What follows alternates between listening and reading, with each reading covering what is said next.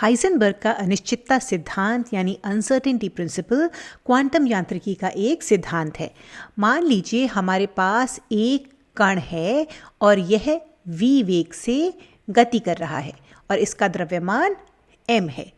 तो इसका रैखिक संवेग यानी लीनियर मोमेंटम p ये बराबर होता है m v के। तो अनिश्चितता सिद्धांत के अनुसार आप किसी दिए गए क्षण में इस कण की स्थिति और संवेग दोनों को एक साथ निश्चित रूप से ज्ञात नहीं कर सकते। तो अगर आपको अंतरिक्ष यानी स्पेस में कण की स्थिति सटीक रूप से ज्ञात है तो आपको इसका संवेग या इसका वेग ज्ञात नहीं होगा, और यदि आपको इसका संवेग ज्ञात है तो आपको इसकी स्थिति निश्चित रूप से पता नहीं हो सकती। आइए अनिश्चितता सिद्धांत के गणितीय विवरण पर एक नज़र डालते हैं। तो स्थिति में अनिश्चितता डेल्टा x तथा संवेग में अनिश्चितता डेल्टा p, इनका उत्पाद एक निश्चित संख्या से बड़ा या उसके बराबर होना चाहिए, और यह स्थिरांक, यह संख्या है प्लैंक स्थिरांक बटे 4 पाई। यहाँ हमने एक अचर को दूसरे अचर से विभाजित किया है जिससे हमें एक निश्चित संख्या प्राप्त होती है। हो सकता है कि ये अलग अलग किताबों में थोड़ा अलग तरीके से दिया गया हो, किंतु यह इतना महत्वपूर्ण नहीं है। यहाँ महत्वपूर्ण बात बस इतनी है कि दो अनिश्चितताओं का गुणनफल एक संख्या से बड़ा या उसके बराबर होना चाहिए। इसका अर्थ है कि अनिश्चितताएं एक दूसरे के व्युत्क्रमानुपाती यानी इन्वर्सली प्रोपोर्शनल होती हैं, यानी यदि एक बढ़ेगी तो दूसरी घटेगी।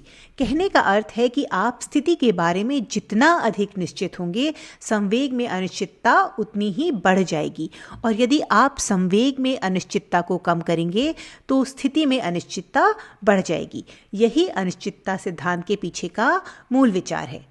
तो चलिए इस अनिश्चितता सिद्धांत को हाइड्रोजन परमाणु के बोर मॉडल पर लागू करते हैं। तो यह हाइड्रोजन परमाणु के बोर मॉडल का एक चित्र है। हम जानते हैं कि ऋणावेशित इलेक्ट्रॉन नाभिक के चारों ओर वैसे ही चक्कर लगाता है जैसे सौर मंडल में ग्रह सूर्य का चक्कर लगाते हैं। मान लेते हैं कि हमारा यह इलेक्ट्रॉन इस ओर जा रहा है और इसलिए इसका कुछ वेग v है। अब बोर मॉडल का प्रयोग इसलिए किया जाता है क्योंकि यह हमें क्वांटीकृत ऊर्जा स्तरों यानी क्वांटाइज्ड एनर्जी लेवल्स जैसी चीज़ों को समझने में मदद करता है। अब हम इलेक्ट्रॉन के लिए त्रिज्या के बारे में भी जानते हैं। यहाँ एक वृत्त है, तो तलस्थ अवस्था यानी ग्राउंड स्टेट में स्थित इलेक्ट्रॉन के लिए एक त्रिज्या भी होगी। इसे हम कहते हैं R1। यह हमारे पहले ऊर्जा स्तर की त्रिज्या है, और इसका क्या मान है? इसका मान है 5.3 गुणा 10 की घात -11 मीटर। तो यदि हमें इस वृत्त का व्यास यानी डायमीटर निकालना हो तो हम इस मान को 2 से गुणा कर देंगे, यानी कि 2R1।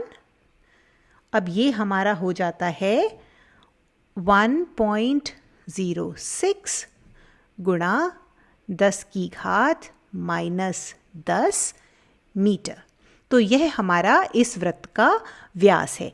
यह हमने बोर मॉडल का उपयोग करके हाइड्रोजन परमाणु के आकार का एक मोटा मोटा अनुमान लगाया है, जिसमें हमारा इलेक्ट्रॉन तलस्थ अवस्था यानी ग्राउंड स्टेट में है। अब कुछ गणनाएं करके हमने हाइड्रोजन परमाणु के बोर मॉडल में तलस्थ अवस्था में इलेक्ट्रॉन का वेग भी ज्ञात कर लिया है, और यह होता है 2.2 गुणा 10 की घात 6 मीटर पर सेकेंड।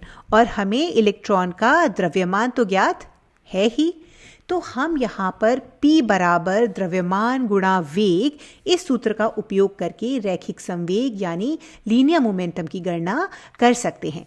मान लेते हैं कि हमारे वेग में 10% की अनिश्चितता है। तो अब इसे दशमलव में परिवर्तित करने के लिए हम इसे 100 से विभाजित करेंगे, जिससे हमें प्राप्त होता है 0.1। अब यदि हमें इस इलेक्ट्रॉन के लिए संवेग में अनिश्चितता ज्ञात करनी हो यानी डेल्टा P ज्ञात करना हो, तो यह बराबर हो जाएगा m v के, और क्योंकि इसमें अनिश्चितता है 0.1 तो इसे हम 0.1 से गुणा कर देंगे। अब यहाँ अपने इस सूत्र में इन मानों को प्रतिस्थापित करेंगे तो m होता है 9.11 गुणा 10 to the power -31 गुणा 2.22 गुणा 10 की घात 6 गुणा 0.1। अब जब हम इसे हल करते हैं तो हमें मिलता है 2 गुणा 10 to the power -25 और इसकी इकाई होगी किलोग्राम मीटर पर सेकंड। तो यह हमारी संवेग में अनिश्चितता है। चलिए अब इन मानों को हम अनिश्चितता सिद्धांत में प्रतिस्थापित करते हैं। तो स्थिति में अनिश्चितता डेल्टा x तथा संवेग में अनिश्चितता डेल्टा p, इनका उत्पाद h जो कि प्लैंक का स्थिरांक है बटे 4 पाई इससे बड़ा या इसके बराबर होना चाहिए।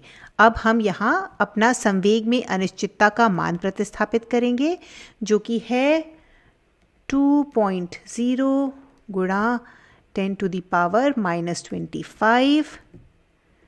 ये बड़ा या बराबर होना चाहिए प्लैंक के स्थिरांक जिसका मान होता है 6.626 गुणा 10 की घात -34।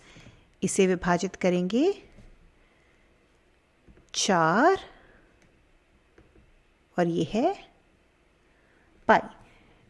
अब इसे स्थिति में अनिश्चितता डेल्टा x के लिए हल करने पर हमें मिलता है डेल्टा x बड़ा या बराबर होना चाहिए 2.6 गुणा 10 की घात -10 के और इसकी इकाई होगी मीटर। चलिए अब एक बार फिर से हम अपने हाइड्रोजन परमाणु के चित्र पर वापस आते हैं।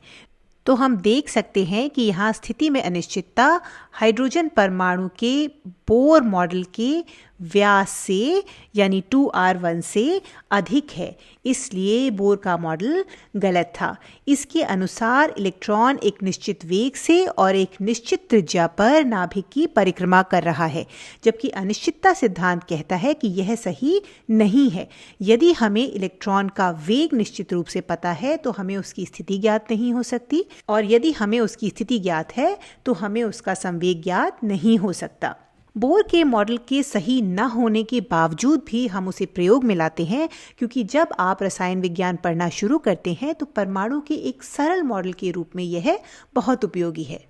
रोचक बात यह है कि हम अपने रोजमर्रा के जीवन में इस अनिश्चितता सिद्धांत का अनुभव नहीं कर पाते हैं।